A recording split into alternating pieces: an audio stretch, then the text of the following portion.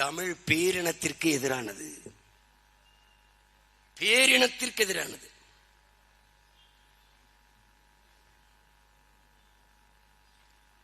இது எந்த இடத்தில் பொருத்துகிறீர்கள்?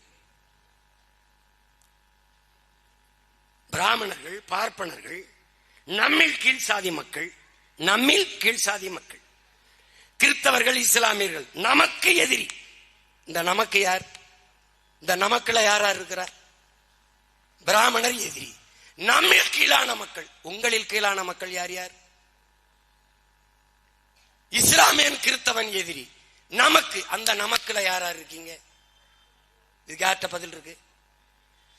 நான் யாருக்கும் அடிமை இல்லை, எனக்கும் யாரும் அடிமை இல்லை. ஆனால் அம்பேத்கர் இந்த கோட்பாட்டில் எங்கே பொருந்தது? எங்கே பொருந்தது?